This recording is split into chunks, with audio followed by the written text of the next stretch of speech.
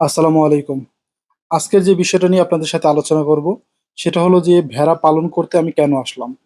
আসলে আমাকে দিয়েই আমি উদাহরণটা দিতে চাই আপনাদেরকে যে আমি কেন আসলাম।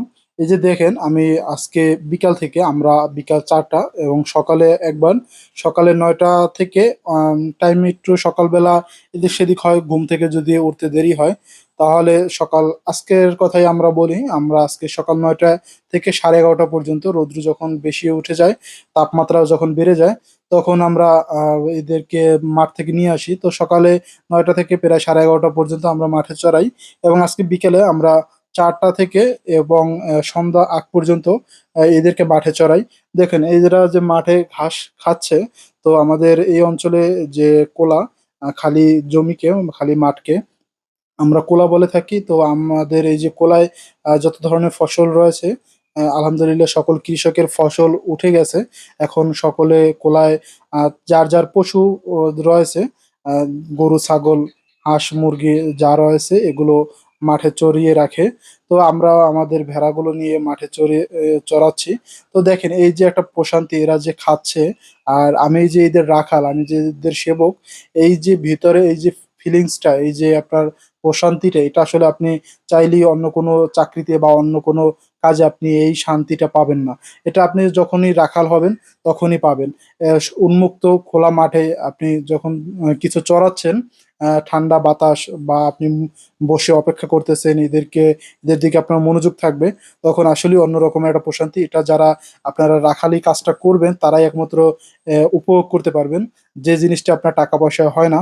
আসলে প্রকৃতির যে পাশে আসা, প্রকৃতির কাছে আসা, এই জিনিসটা এর মাধ্যমে হয়ে থাকে। তাই আপনাদের সিদ্ধান্ত আসলে হুট করেই একটা বিষয়ে সিদ্ধান্ত নেওয়া যায় না। অনেকগুলোর মাধ্যমে সিদ্ধান্ত আসলে আমার কিসের জন্য এই ভেড়া পালনে আসা।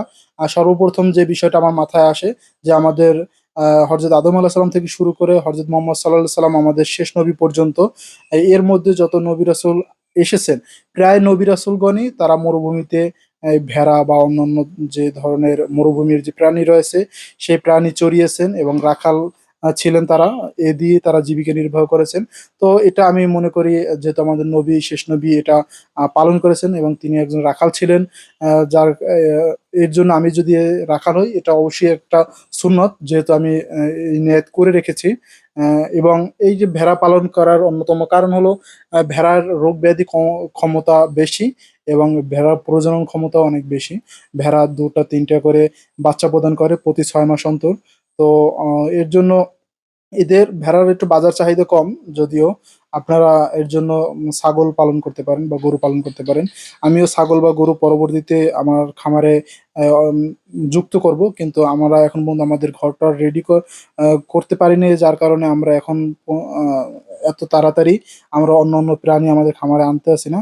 তারপরেও আমাদের খামারের সকল আপডেট আপনাদেরকে আমরা দৈনিক দেওয়ার চেষ্টা করি ইনশাআল্লাহ।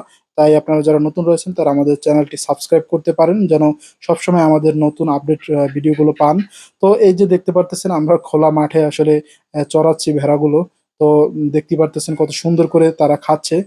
এটা আসলে আমার কাছে অন্য রকমের এক ভালো লাগা, অন্য রকমের কাজ করে। আমি যখন আপনাদের মতন YouTube এ ভিডিও দেখতাম, আমিও YouTube এ এখনো অনেককে ফলো করি, অনেকের ভিডিও দেখি।